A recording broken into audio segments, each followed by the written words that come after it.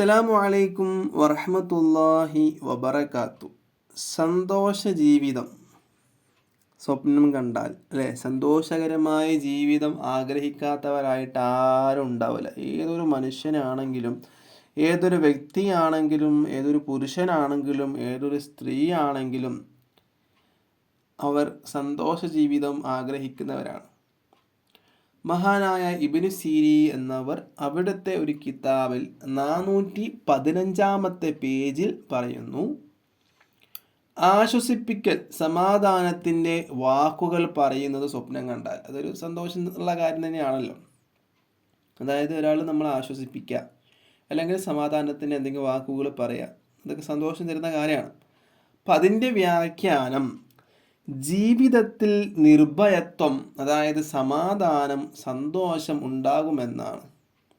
വ്യാഖ്യാനത്തിലൂടെ മഹാനവറുകൾ നമുക്ക് പറഞ്ഞു തരുന്നത് ജീവിതത്തിൽ സന്തോഷം ഉണ്ടാകും, സമാധാനം ഉണ്ടാകും, നിർഭയത്വം ഉണ്ടാകും എന്നൊക്കെ.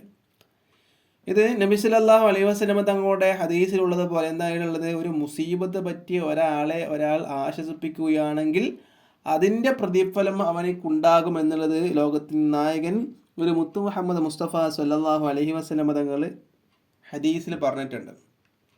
അത് നോക്കിക്കൊണ്ടാണ് മഹാനവറുകൾ ഇതിൻ്റെ വ്യാഖ്യാനം പറഞ്ഞിട്ടുള്ളത്. മാത്രമല്ല ബഖറയിലെ ഒരു ആയത്ത് എടുത്തിട്ട് അതും ഈ ഹദീസും കൂട്ടി യോജിപ്പിച്ചുകൊണ്ട് അതിൽ നിന്നുള്ള തെളിവ് മൂലമാണ് ഒരാൾ ഇങ്ങനെയുള്ള സ്വപ്നം കണ്ടാൽ, ആശ്വസിപ്പിക്കുന്ന സ്വപ്നം കണ്ടാൽ, അല്ലെങ്കിൽ സമാധാനത്തിൻ്റെ വാക്കുകൾ പറയുന്നതായിട്ട് സ്വപ്നം കണ്ടാൽ അതിൻ്റെ വ്യാഖ്യാനം ജീവിതത്തിൽ നിർഭയത്വം, സമാധാനം, സന്തോഷമുണ്ടാകും എന്നുള്ളത് വ്യാഖ്യാനിച്ച് പറയാൻ കാരണം ഈ ഖുർആനിലെ ആയത്തും അതുപോലെ തന്നെ ഹദീസും, നബി സല്ലല്ലാഹു അലൈഹി വസല്ലമ തങ്ങളുടെ ഈ ഹദീസും എടുത്തുകൊണ്ടാണ്.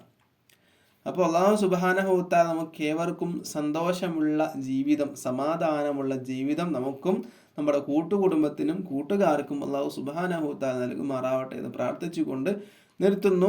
വീഡിയോ ഇഷ്ടപ്പെട്ടാൽ ലൈക്ക് ചെയ്യുക, ഷെയർ ചെയ്യുക. ഇതുപോലത്തെ വീഡിയോസിന് വേണ്ടി ചാനൽ സബ്സ്ക്രൈബ് ചെയ്യുക. അസ്സലാമു അലൈക്കും വറഹ്മത്തുള്ളാഹി വബറകാതുഹു.